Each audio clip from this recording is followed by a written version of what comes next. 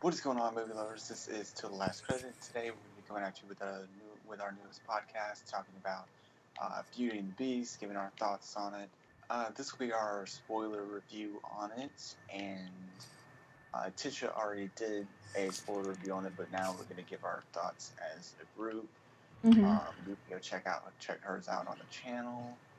Uh, so we've all seen Beauty and the Beast. Now, Tisha, what were your overall thoughts? Positive thoughts. My positive thoughts on this film. It's beautifully shot. I think that Bill Condon is a great director. Honestly, I mean, he gets shit for being like the Breaking Dawn director or whatever, but he really is a good director. The CGI, I think the photos don't do the CGI justice because it's CGI. It's not gonna transfer that well over to photo, but I think they look fine personally. I think that Luke Evans is hilarious and wonderful as Gaston. He plays both facets really, really well, in my opinion. Because he almost looks like a puppy dog initially, where it's like just so pathetic and like, oh well, no, why don't you like me? But I'm so adorable. Why don't you like me? And then like he drops on a dime to where he's like this terrible jerk and really scary. Um, I think he was probably one of the best aspects of the film, as well as the inanimate objects. But yeah, I can go into deeper detail. That's actually in the review. But why don't you guys give your overall thoughts on it? And I don't think the outfits are bad either, by the way. That's getting a lot of shit, and I don't understand. But whatever, people are nitpicking. I enjoyed it. Most of the songs I thought really worked. Mhm. The acting was great for the most part. I agree with Tisha that Luke Evans was the standout. He was just pitch perfect as Gaston. You couldn't have gotten a better person. And I what I liked about this movie that I didn't expect them to do is I think for what it's worth, it's not like he's not like terrifying or anything, but I thought they did a good job of making the beast really scary for what the film needed Yeah. to be because yeah, I don't think they had to do that necessarily, but I think they did it in a way where it worked and it wasn't too much or anything. I mean, even though you see him come out of the shadows in Yeah. the trailer, like you still get that moment of a gasp when it happens in the actual film. At least for me, it was like, oh my gosh, you know, just that moment of, oh God, is Belle gonna be okay? You know.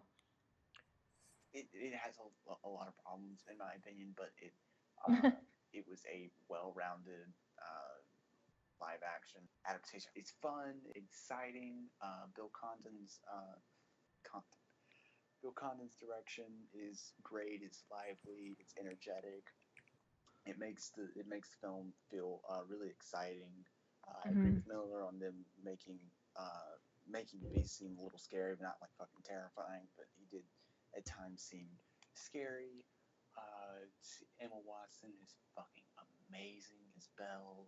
Um, Luke Evans, perfect casting. It does have flaws, but when you're adapting a movie like the animated movie, it's so the live action movie is so true to the animated movie that it was hard. It was kind of hard to go incredibly wrong. So I mean, Well, it was good. I think the problem was that so many people were like, "Oh, it's riding the coattails of the original and didn't try to change too much." And it's like, okay, I get that, and I do kind of I see that aspect and kind of agree, but I kind of don't because honestly, if they had gone in and changed like the very essence of the story, like they added things which I thought was really clever and really sweet, honestly, and it made the Belle and Beast connection much stronger, in my opinion, especially when she found out that, um, and once they both found out like the connection that they had, um, it's just if you deviate too much, you're gonna people are gonna be angry. That's just how it is. Like people would have been rioting on the streets if it weren't the story that we grew up with. And while Emma Watson is not the strongest singer in the world, and she never claimed to be, she has said, like, I know I'm not, I'm not a singer, I'm an actor. Um, she's not awful either. She has a very alto voice. But what kills me is, like, everybody forgets that that's how Belle's voice is supposed to sound. Paige O'Hara was hired because her voice sounded so different from the ah kind of voice that the Disney princesses had before. They wanted to differentiate from Jodie Benson as Ariel and all that. They wanted someone who sounded more mature and more um, just older than the other princesses had before. And so it really bugs me that so many people are like, she's this awful actor and she can't even talk, sing, and she can't do this. And it's like, she's not a bad singer. I've heard Well, far they also worse, auto-tuned honestly. her voice to hell. Well, yeah, they did auto tune her voice, honestly, but I've heard far worse. I've done voice acting, not professionally, but I have heard a lot of bad singers on YouTube, including myself on certain songs. I can be honest about that now. And um, yeah, far from it, honestly. I think if they had removed the auto tune, it would have sounded a lot better. I think it's just more the mechanic voice sound to her voice is what bothered. And honestly, after a while, you can't really tell that much. It's more that people are just so focused on it. It's like Lumiere's terrible French accent, which honestly sounds pretty close to the original accent in the film after a while. Um, you forget about it after a while. So it really bugs me. And the fact that everybody's like, oh, why is everybody sounding like they're British? I'm like, well, first of all, Emma Watson was born in France, but she was raised in England. So there you go. And not only that, but why does everybody have an American accent in the original film? Ooh, So the nitpicking, I think people are just so nostalgic for the original, and I get it. It's my favorite Disney film, but if I can sit there and turn off my nostalgia and still be able to write a honest and I think pretty unbiased review, then I think everybody else should be able to too. And I didn't see that from a lot of people. I saw a lot of people just being like, I love the original and this sucks. I'm just saying. Okay then. Sorry. Well, Miller, what were some of your negatives? To be honest, I thought there were too many songs. I thought you could have dealt without some of them. Some of the editing, which I know Dylan agrees with me on, is very odd. Like, Yeah, especially the ending. Like what? Well, the ending, for example, they end it on a like you think they're gonna end it on one shot of them all dancing, but then it ends on a shot of a single person, and you're like, why the hell did they do that? And then there's some scenes like where they just cut to black and then they fade in, and it's really weird. Yeah, it's like, oh, we got some very Windows Movie Maker. Batman v Superman editing up in here. Yeah. It's like in some scenes it's just like they didn't really know how to transition, so they were just like, okay, yeah, we're just gonna cut to black. But I agree with Miller on that. The final shot, that was really weird, but because I was sitting there and I was like, what is Miller talking about? Obviously they're gonna end on this shot, and then they ended on the other shot. I was like, fuck. Then I thought, in places I thought Emma Watson was kind of off. I like her a lot, but there were points where I don't know what she was going for. I never really got that. I just think that her voice was too auto-tuned, and it sounded too auto-tuned or too unnatural in some scenes. I mean, I didn't think it was a major problem. I just noticed that in places. My negatives. Like Dylan and Logan. What? Yes. Okay, I think my negatives might be too much to look at once sometimes. I could get that, like with Be Our Guest. Like I did the Be Our Guest at the press junket, and I'm like, where the hell am I supposed to be looking? Too much going on at certain points. It tonally, it changes tone a lot. which I don't necessarily hate. I saw La Belle et La Bête recently, and I feel like they were kind of trying to go for that vibe. The recent one, there was an original one actually too that came out and was black and white, and they kind of stole stuff from that, like the suitor and everything. Um, and so I kind of got that they were trying to go for that kind of tone where it's darker and a little. I mean, the film it's hard because a cartoon is hard to show as dark, if that makes sense. Because a cartoon needs the bright colors and to contrast certain things going on in a scene. So it won't always necessarily be dark, if that makes sense. So there's like a lot of gold motif in the film, but it's very blue sometimes. It's like the third Harry Potter film, in that there's some scenes that are like really light and funny and everything, and then all of a sudden there would be that like blue haze over everything. Do you guys know what I'm talking about? Yeah. Um, and then all of a sudden you'll have like Beauty and the Beast, where it's just nothing but gold and like sparkles and fireworks and pretty, and it's like I don't and I read the novel, so there's a little bit in the novel that was like not in the film, that either was like a deleted scene or they were like, okay, this is what we're going with, so you can add that in there as like a little extra. So there was like a lot of LeFou stuff that wasn't in there that I felt could have helped, and a little bit more about Gaston's backstory as the war hero in there that I felt like could have helped, but it was made more of a joke in the film.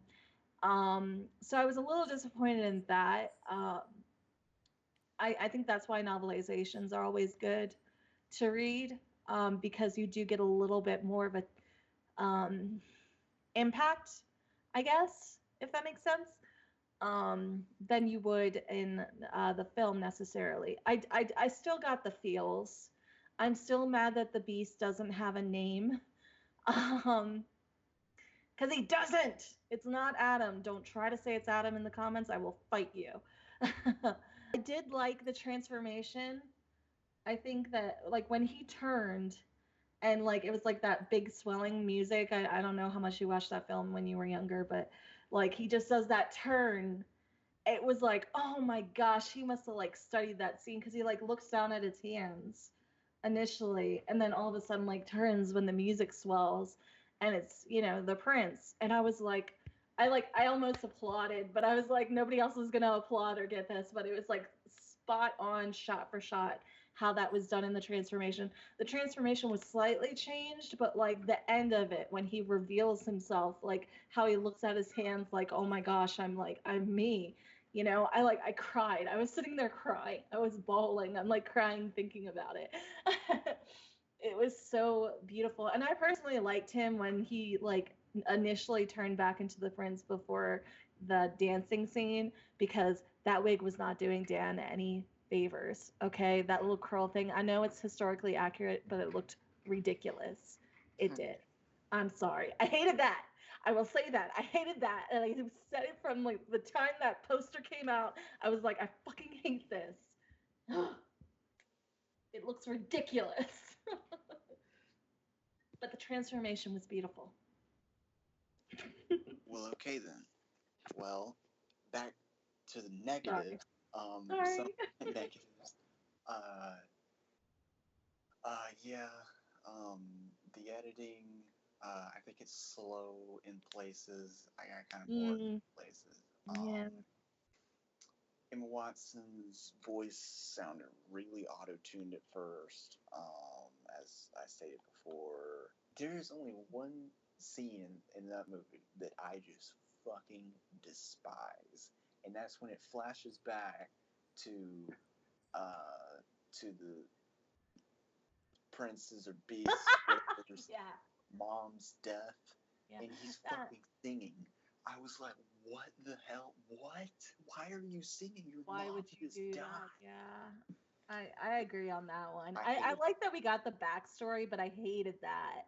And like we had just been told what happened to his parents or his mom and everything, and how his dad's like this big douchey bag. And so I get what they were trying to do with it, but like that kid looked at another one Yeah. with a bad wig. That poor kid, like he was only in it for like 5 seconds, and like it's like oh god, I just no. No, I agree. I didn't like that scene. I I thought it didn't was like But fine that. yeah, from what I remember, but I could be remembering it wrong. It just was awkward, and it was a weird backlight thing. It was like a stage moment, if that makes sense. And this felt like it was trying to combine the cartoon with the theater production into like a live action film. It felt like a combination of the three things. And they actually had, if you listen to some of the scenes, there in the underscore you can hear like some of the Broadway songs, like Home and everything. If you listen really carefully, and If I Can't Love Her. Um, and so it felt like, especially in that moment, it felt like those moments where, you've got one person on this side of the stage and this person on this side of the stage. And in the village where everything's kind of compacted and everything, it felt like, okay, we have to get all the characters in this one moment for the big opening number and everything. And there were some times when it worked, like in Belle, while Emma Watson's not the strongest singer, it did work for me that everybody's kind of doing that, like, opening number of the Broadway show type thing, if that makes sense. And even in the beginning, I said this in my review, where like they're doing the narration, and instead of the stained glass window, they kind of have everybody walking around and setting up the party and having his makeup done and all that and everything. It felt very stagey, where it was a little more jolty and pronounced what they were doing, and really not talking or anything. They were just doing their things, but it felt very stage production. Yes, we are going to step out on the stage. We are going to walk around and turn up our noses and act to the back row, which Josh Gad definitely did in Gaston, let's just say. And um and it felt like that, but it worked in some points, like the opening, like Belle, and like Gaston, and other points like that poor little boy. It was just like, no, that's awkward. That I don't like that. Did you guys get that feel? I mean, I don't know how much you guys know yeah, about musical yeah. I theater. know what you're saying. Yeah, I got it. At some points, I did, especially in the scene with where his mom dies and he's fucking singing. Yeah, it just was awkward. I don't know, the Les Mis moment, I suppose. But yeah, those were my negatives. Now to touch on this a little bit, there, if, if you haven't heard about this, then you must be living under a rock or something. There's been a lot of controversy, of course, over LaFowl being gay. LeFou. Oh my God, you said LaFowl a minute ago. No, I definitely said LeFou. I'm pretty sure you said the little foul. I gotta go. Ooh. I gotta agree with Dylan on I'm this. okay. Rewind it, everybody, and comment whether I said LeFou or LaFowl. I mean, you Anyway, could have said either one, but I anyway, definitely have never said LaFowl. my God. Anyways, there's been a I'm really lot of curious. controversy over LeFou being gay, and a lot of people, a lot of fucking Christian conservatives said they're not going to go see the fucking movie because Oh, don't LeFou even is get me fucking started. gay, and the whole thing is overblown. Now, did you guys think? Well, Miller, did you think that it was forced, or that it was natural, or that it works in the movie? What did you think about it? I thought it was absolutely forced. It was one of the worst things I've ever seen. No, I'm just kidding. It was nothing. It didn't affect the movie at all. In fact, I thought it made his LeFou's and Gaston's relationship a lot even more fun. Just I thought it added to their chemistry, and you can tell that Josh Gad and Luke Evans have a lot of natural chemistry. Okay, Tisha, what did you think? Well, it's actually kind of ironic because Luke Evans is the one who is gay. But Luke Evans is gay. Holy shit. yes. Um, but and you know what? I seriously sat there, and anytime someone commented like on my article about it, because I am the one who broke it on Movie Pilot. I didn't break it like originally, but I broke it on Movie Pilot. Anytime someone was like, "Oh, this is such a terrible thing, and Disney wouldn't put up with this," and blah blah blah, I'm like, "You do know that the lyricist for the film was gay? Like, you do realize that, right?" Um, and like for the original film, and and unfortunately died of AIDS. Um, and so it's like so that there's that, and I'm like but when I was watching it, I knew that it wasn't going to be a big deal. I knew it was going to be blown out of proportion. It got me a lot of hits, so I was grateful for that. But aside from that, I knew it was like, okay, this is not going to be this big deal. I know it's not, and it really wasn't. There was more gay, and I said this in my review. There's more gay overtones in freaking Mulan with being attracted to Ping than there is in freaking in LeFou and Gaston's stuff. And actually Gaston has a few like little moments where it's like, okay, he knows he's into him because like he'll like ask him, "Oh, why has some woman not, grabbed you up yet?" And he's like, "Girls find me too clingy." And then he'll like when he was like trying to convince LeFou of something, he like kind of tucked his hand under his chin in that way that you do when you're like about to kiss someone, if that makes sense. And I'm like, so it's like he knows he's gay, right? Like you don't do a thing where you're like leaning down, tucking your hand under their chin, and acting like you're gonna kiss a guy or a girl or whatever, and not know. You know what I mean? And I mean they went to war together, so it wasn't like really obvious in the film, but they did go to war together, and things happen. So yeah. Um, but I think it was overplayed. I think I did like I did like that. Like in the original film, they did have like a townsperson get stuck in the wardrobe and like come out screaming and everything, and that instead of doing that in this time they had like three of them, and the one guy was like really happy about it and like just looked so pleased that he was dressed up like a woman. And but like the big gay moment was supposed to be the dancing thing, and I'm like, the kids are just gonna laugh at that. They're not gonna assume that that's like a gay thing. They're just gonna be like, they dance together. Isn't that funny? Like it just I don't know. But they had a good chemistry. I think that LeFou and Gaston could have worked it out. You know, I think they could have eventually. Yeah, I don't. I think the whole gay thing was incredibly just over overblown. I mean, it's just it's not a big deal in the movie. Anyways, another thing I wanted to talk about. Um, did you guys see the reports about Disney possibly considering sequels Yes. Oh God, yes. and possibly forming a Disney cinematic universe or some shit? What?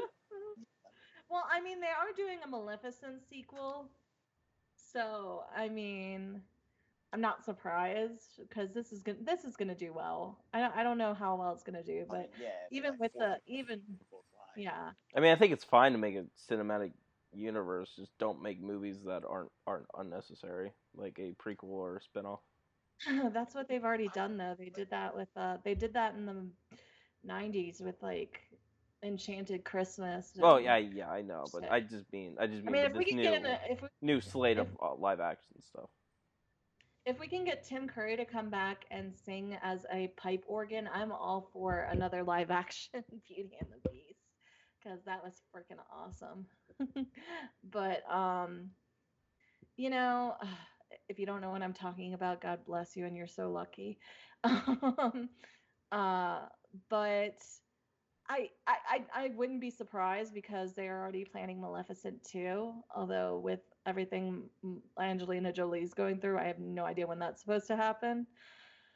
Uh, but It probably won't. I mean, they've been talking about it for a long time and they were going to, but then she's kind of like messed up her image again. So who knows?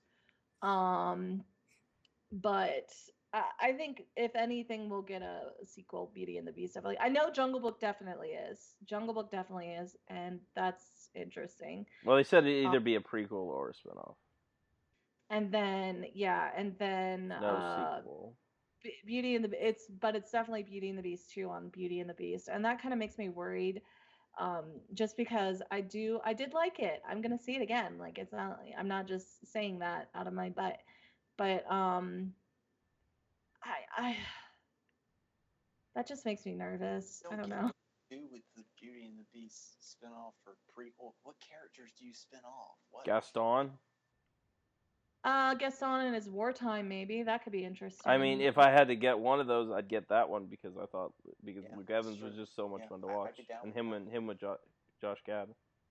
Oh, and you can tell Like- those guys are like best friends. Like every interview they do together, they're just like they have such a bromance. It's so adorable. Like I'm in love with those guys. Now I want this. Damn it. But then he's working on Frozen 2 and everything, so it's like I mean, don't know. but they don't have to make that right now. They could do that. I know they keep delaying that and delaying that. Well, his work on Frozen 2 won't like voice work. I mean, not that it isn't difficult. It's just it takes less time. Yeah, it takes less time. He could like record in his trailer during takes or in between takes or something. So, what do you guys think they would do with a prequel? Like, Oh, I'd I'd man. imagine either just to have I mean, set up everything like that we started off with in the first one, maybe. mhm. I mean, they could. Okay, so if they Prequel were to do spin-off. it, maybe. Okay, here's my thought. They could kind of show more of the Beast as a young man and what he's having to deal with, his father's, abuse or whatnot, and just all that, and then kind of end it where the film began with him being transformed. I think that could be interesting. How does he interact with the different characters? I mean, you got Mrs. Potts, basically the mother figure to everybody and everything. They could do something with shoot, Maurice and his time, because he was a rich man. He was not he had to leave because of the plague and everything. Spoilers. So he left his world of being rich and this fancy life and everything, and just a good to do living because his wife died. And so I think that could be interesting, like have nothing to do with like the main characters that we would imagine it would be about, but about the characters that, you know, really have a story to tell. And Kevin Kline was some of the best stuff too. I mean, he didn't get nearly enough to do. Like, I'm kind of disappointed. And I totally forgot. Did you guys remember that he's Phoebus in Hunchback of Notre Dame? Because I totally didn't know forgot that. that. Yeah, he was Phoebus in Hunchback of Notre Dame. I totally forgot about it. Speaking of, they're totally gonna make a live action film of that. Oh yeah, which is weird. I'm kind of iffy about that. I'm like, are they going to go the original story route or are they going to go the Disney route? Because the musical went the original story route with the Disney music included in it. So it's like it's a good musical. That guy who plays the Hunchback, oh my gosh, he's amazing. But that would be interesting. And I feel iffy about it, but I think if they did like maybe Gaston in his time in the war, or the story of like what went down before he was turned into a beast, and then end it on him being transformed, if that makes sense, or just something along those lines. Just don't make it like Little Mermaid 2, where they have a kid and the kid is like ugly and has to find love or something, and like or something like that. Like it just seems like because I don't know. I mean, I would like to see the story again, but it's like there's a lot more that you could do Um, as far as like having, there's a lot of other characters to explore. Or Mrs. Potts and Mr. Potts, because we found Mr. Potts finally. That was kind of awesome. Everybody thought that was I was so mad about that when I saw someone like wrote an article about how that was like an homage to Harry Potter. I'm like, no, it's not. No, it's not. I get so like protective about stuff that I know is wrong, and I'm like, I just want to smack someone upside the head because that's completely false, and you're causing a thing, and it's no, you're not right. um, it just bothers me to no end. I'm sorry, um, but I thought that was interesting. We finally got to meet Mr. Potts, and Chip was adorable, and all that fun stuff. So yeah, I think the characters, not the main characters, but like characters that we are not used to and could probably do with an hearing their story. That would be fun. Sorry, I went off on a tangent.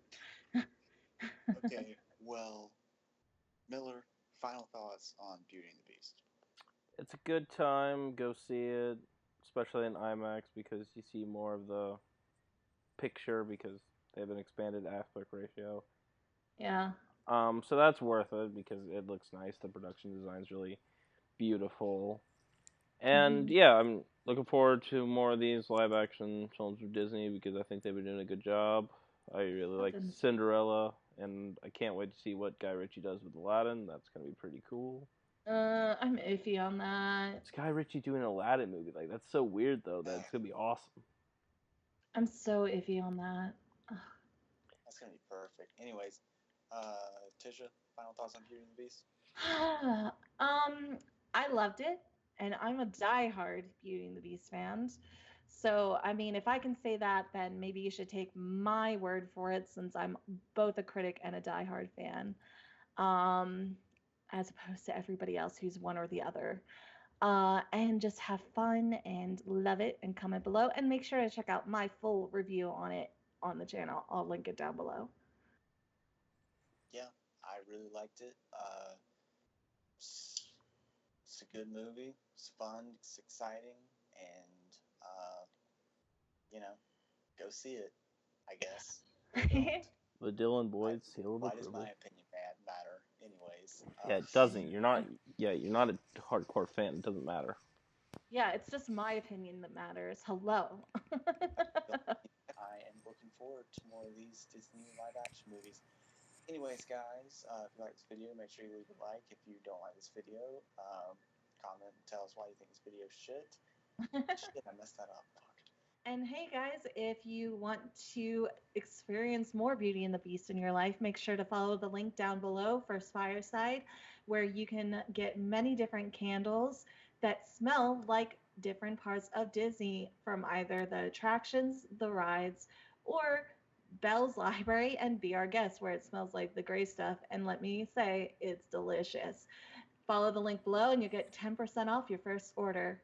Oh, that's the one. That's the stuff where you can smell like the Pirates of the Caribbean ride. Yeah. Yeah, and it's so amazing. Sorry, Timmy, we couldn't go to Disney World, but you can smell like the ride. Yeah. Make sure you subscribe if you like our content. You can check out our website, totallastcredit.wordpress.com. You can follow us on Twitter at totallastcredit. Follow us on Instagram at totallastcredit, or like us on Facebook at totallastcredit. Until next time, be our guest on our channel